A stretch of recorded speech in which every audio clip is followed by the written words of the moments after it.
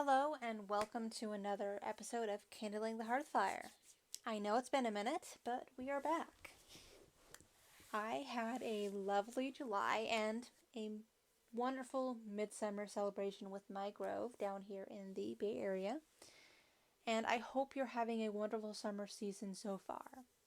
And I want to wish you all a very happy Lunasa coming up. It's been a while since I've been on the airwaves, so let's just do a quick run through for the episode. First, we are introducing a deity, providing a basic introduction that's not too detailed, but also not terribly brief. Just enough to pique your interest and get you started. Next, we have the recipe portion where I introduce a recipe that I've discovered that you might enjoy making during this season. Then we have our book review where I give you my opinion on a book I've recently read that might belong on your shelf or it might not. And last but not least, we have the calendar section where I'll keep you informed about what's happening in the pagan sphere and let you know about some events you might want to participate in over the next coming 3 months. Alright, now on to the podcast. Welcome back to the deity section of our podcast. Each month we delve into the incredible world of ancient myths and the fascinating characters that inhabit them. Today we're going to introduce you to a unique and lesser-known figure from Anglo-Saxon mythology. When we think of the pantheon of the Saxons, names like Woden and Thunar usually come to mind. However, Saxnot, the deity we will be focusing in on briefly, holds a significant position in the mythic landscape of early Germanic culture. Our primary source for understanding Saxnot, and really the one of maybe 2 mentions of this particular deity, he comes from the 9th century manuscript known as the Renunciation of the Devil in English. This text presents a baptismal vow that Saxons took on converting to Christianity. Within this vow we find a striking declaration. The initiate forsakes the devil and all his works, and notably, Saxnot, Woden, and Thunar themselves. This dialogue indicates that Saxnot was a god of considerable importance among the Saxons, standing alongside Woden and Thunar, yet distinctly separate from them. Further insight into Saxnot comes from an Old English king's lists, which identify him as the founder of the royal line of Essex. His name appears as Sexnat in this particular place. And interestingly, in later records, especially those from the early 12th century, begin to identify Sexnat as the son of Woden. However, historians have come to believe this association was a later invention, aiming to connect all royal lineages to the more renowned Woden. In modern heathenry, Saxnot is seen as a god of war, kingship, and many of the core characteristics of the Saxon warband. Now, let's delve into the recipe segment, where we will explore a dish that sounds ridiculously easy and delicious. Today we will be introducing a recipe that is perfect for the summer months, featuring my favorite berry. And this recipe is called an easy blackberry cobbler, and it can be found on allrecipes.com. If you just look under easy blackberry cobbler, you're sure to find it. This blackberry cobbler recipe is easy to throw together in minutes using fresh berries from the yard and a few pantry staples, according to the description on the website. This was submitted by a user of allrecipes.com, Amanda Johnson Lindsay. Alright, let's get started. The prep time should be about 15 minutes. The cook time should be about 30, so in total it should be about 45 minutes to make 8 servings of this lovely cobbler. Alright, the ingredients list includes 1 cup of all-purpose flour, 1.5 cups white sugar divided, and pretty much to taste, make sure you test your blackberry to make sure how sweet they are. Depending on how sweet they are, that's how much sugar you're going to need when you're cooking up the blackberry portion of this recipe. Alright, 1 teaspoon baking powder, half a teaspoon salt, 6 tablespoons cold butter cut into pieces, 1/4 cup boiling water, 2 tablespoons cornstarch, 1/4 cup cold water, and 4 cups of fresh blackberries rinsed and drained, along with 1 tablespoon lemon juice. And by the way, you can use fresh blackberries if they're available, but you can also use frozen or even canned, just depending on your preferences and the liquid content. Adjust the recipe accordingly. Alright, here we go. The directions for this recipe are fairly simple. You gather the ingredients. Preheat the oven to about 400 Fahrenheit or 200 Celsius. And you're going to take a baking sheet and line it with aluminum foil. Set this aside. You're going to be using it later, but it's just set up. And take a bowl, mix flour, 1/2 cup of sugar, baking powder, and salt in the bowl. Cut in butter until the mixture resembles coarse crumbs. And after this is mixed together, stir in the boiling water just until the mixture is evenly moist. So you could use less boiling water, or you could use more boiling water, just depending on how much it takes to turn the moisture up in the... turn it into kind of like a soft dough. Dissolve cornstarch in cold water in a separate bowl. Mix in the remaining 1/2 cup sugar, blackberries, and lemon juice. Make sure you've tested the blackberries again to make sure that you're adding enough sugar, because you might be adding more or you might be adding less, depending on your preferences. Transfer to a cast iron skillet and bring it to a boil, stirring frequently. And while it's on the stove, what you're going to do is you're going to drop spoonfuls of dough onto the skillet, kind of creating a crust-like thing over the top. And then once you've got all the dough mixed, or as much as you want to get what you would want as in a cobbler, you place the skillet, take it off the heat, and put it onto your prepared baking sheet, and then you put that into the oven. You bake in the preheated oven until the dough is a golden brown, about 25 minutes. And once it's finished, let it cool for a minute, and then enjoy your cobbler. And a note from the editor of the website on allrecipes.com. The video team used review feedback on this recipe to increase the amount of topping. So the recipe and the steps in the video may not precisely match the user submitted recipe. Alright, sounds very yummy. Sounds yummy. Now on to the next section of the podcast, which is the book review section. And this time around we are going to be reviewing The Sounds Fake But Okay with by, I can read my own notes, I swear.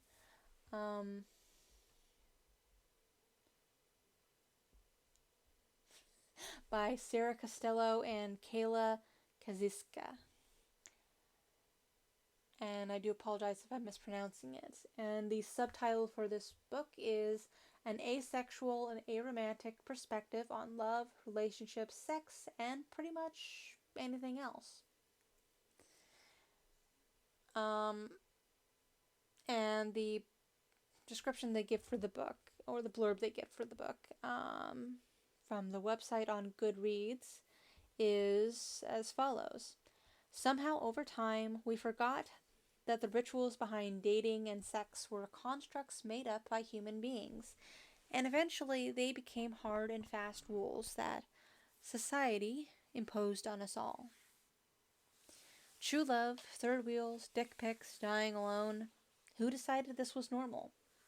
Sarah and Kayla invite you to put on your purple A-spec glasses and rethink everything you thought you knew about society, friendship, sex, romance, and more. Drawing on their personal stories and those of A-spec friends all over the world, prepare to explore your micro-labels, investigate different models of partnership, delve into the intersection of gender norms and compulsory sexuality, and consider and reconsider the meaning of sex when allosexual attraction is out of the equation. Spanning the whole range of relationships we have in our lives, to family, friends, lovers, society, our gender, and ourselves, this book asks you to let your imagination roam and think again what human connection is. And the audiobook includes exclusive Sounds Fake But Okay podcast episodes. Yes, there is a podcast that is called Sounds Fake But Okay that features these same authors talking about this very broad topic. This book, as I say in my review, I really enjoyed reading this book and listening to the audiobook. The title itself made me laugh out loud, and it also brought to mind some typical conversations I have had with people over the years about my sexuality. It's often the case that when I discuss my sexuality with people, possible partners included, I get, at best, an incredulous look and maybe even a smirk. It was refreshing to hear that others have had similar experiences, and I was not alone. One of the most enjoyable and informative books I have read on this subject, or in general for a while. So I can definitely recommend this book if you have an interest in the subject, or this is the first time you're hearing it. It's a great book, very fun to listen to, very interesting to read. Check out the podcast if you want to go further with this. They're very entertaining, and it's an interesting topic to talk about.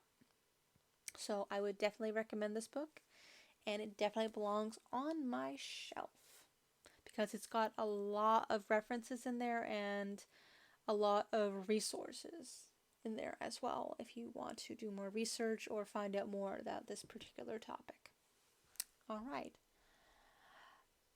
Like I said, this definitely belongs on your shelf. And moving on to the next section of the podcast, which is the calendar. And this is for the next 3 months of 2025. Let's move on to this. Oh, where did it go? Oh, for crying out loud. Okay, so the next section is the calendar segment, and let's get to it.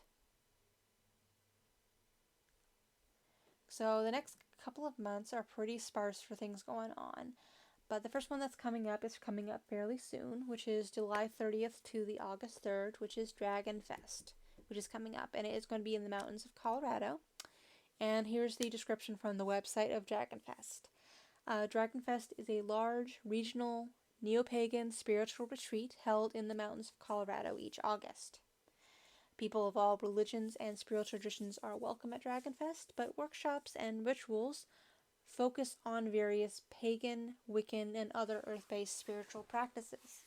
And the website is, if you want more information or how to find tickets, or if tickets are even available at this point since it's so soon, is at dragonfest.org. Okay. And the next event we have up here is the Free Spirit Gathering for 2025. That's coming up August 5th through 10th of 2025. And the description on their website is Free Spirit Gathering is an ecumenical pagan festival held each year in August in Darlington, Minnesota, USA. And their website is Free Spirit Gathering MD, all one word, .org. And by the way, all these links are going to be in the show notes, so if you missed something here, just check down there and it'll be up. So go to their website to find more information on getting tickets and what's going to be going on during that gathering. Alright, and the next one we have coming up is TempleFest 2025, and those dates are August 29th through the September 1st, and it's going to be happening in Charlton, Massachusetts, and it's put on by the Temple of Witchcraft, and as their description states, TempleFest is an annual summer festival celebrating pagan and witchcraft traditions. The 4-day event includes workshops, rituals, and community building activities, providing a space for spiritual exploration and connection. And their website to find out more and get tickets and find out what's going on at that particular festival is at templefest.templeofwitchcraft, all one word, .org/presenters. Check that out if you want more information. Alright, and coming up, these are going to be happening in August and September, generally across the country. Your local pagan Pride Day generally comes up in August and September. So, and most major cities have one. Dates and locations may vary. There's a pretty good website called paganpride.org/home. And they basically have a list of all the pagan prides that are happening around the country. It's a fairly extensive list. And the one that's local to me is the Sacramento Pagan Pride and Harvest Festival. Yes, I said that correctly. Which is happening in Sacramento. And at the... Anyway, let's not go into that. In Fair Oaks, and it's put on by Sacramento. It's going to be October 4th and 5th. And their website is listed on the Pagan Pride West website as well, but they have their own website, so you can get tickets or find out where everything's happening. I believe it's a free event. You don't have to buy tickets for this one. And yeah, that's what's coming up during August and September. And one last festival that's coming up in August is the August 14th through the 17th, the Summerland Festival under the Sheltering Branches. And let me just double check what the website is. Okay, so Summerland 2025 under the Sheltering Branches. Registration is open, and it will coming up on August 14th through the 17th, 2025. And I'm just going to read out to you their website, the Three Cranes Grove's website, which is the one hosting this particular festival. Three Cranes Grove is excited to welcome you back for another year of Summerland. We hope that you'll join us for Summerland Festival 2025 under the Sheltering Branches. We're thrilled to return to Camp Clifton for another year of ritual, learning, and community in the woods near the Little Miami River. And the website to register and find out all the information that you're going to need for going to this festival, including what's food at the festival, what's going on there, community philosophy pages, and things of that nature, is threecranesgrove.org/Summerland, all one word. And once again, that'll be in the show notes. You can check that out. It's a wonderful festival, and let me read about our theme. Why under the Sheltering Branches? As pagans, we claim a special relationship with the earth, and often especially with trees. As we return to our tree-shaded festival site, we look to share in their bounty, the nourishment and shelter they bring, the joy that we share as we gather among them, the knowledge and the power that flows not only along their roots and branches, but also among all realms and worlds. We, of course, are also trees, proud, supporting members of our own groves, woods, and forests. We take in knowledge and wisdom from our pasts and our surroundings, and, crucially, we pass it on. Seeds and saplings rooted in community.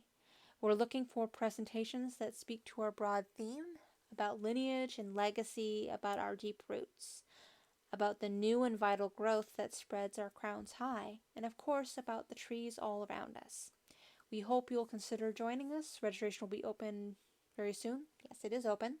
And in the meantime, we invite you to look through the info pages on the sidebar to learn more. Have a question that's not answered? Send them an email. There's a link on the page to send them an email. Yeah, it's a wonderful website that they put together, and it's a wonderful festival. I've never been, but I've heard wonderful things about it and hope to get there in the near future. Probably not this year, but here's hoping for next. Okay, so that's the events that are coming up in the next month, and that wraps up another podcast. I would like to express my heartfelt gratitude to all of you for your contributions. Your involvement makes this community truly special. I would especially like to thank Bonnie Landry, who you heard in the intro with Fire Burn Bright, a chant written and composed by Diane Emerald Bronowicz. All their music and images are property of their respective creators. We're getting ready to put the next podcast together here at Kindling the Hearthfire, and if you have any ideas, celebrations, poems, songs, invocations, or anything else you'd like to hear included in the podcast, please send them to kindlingthehearthfire@gmail.com. I would also love to see pictures of your celebrations. You can post them on the Facebook group or on Instagram with the hashtag KTH. The deadline for submissions for the next podcast is approaching. Tune in on the 28th for another episode of Kindling the Hearthfire. You can find our podcast on Stitcher, iTunes, Podbean, Spotify, and YouTube, and pretty much anywhere else you can get your podcast from. Be well, and may you continue to pray with a good fire.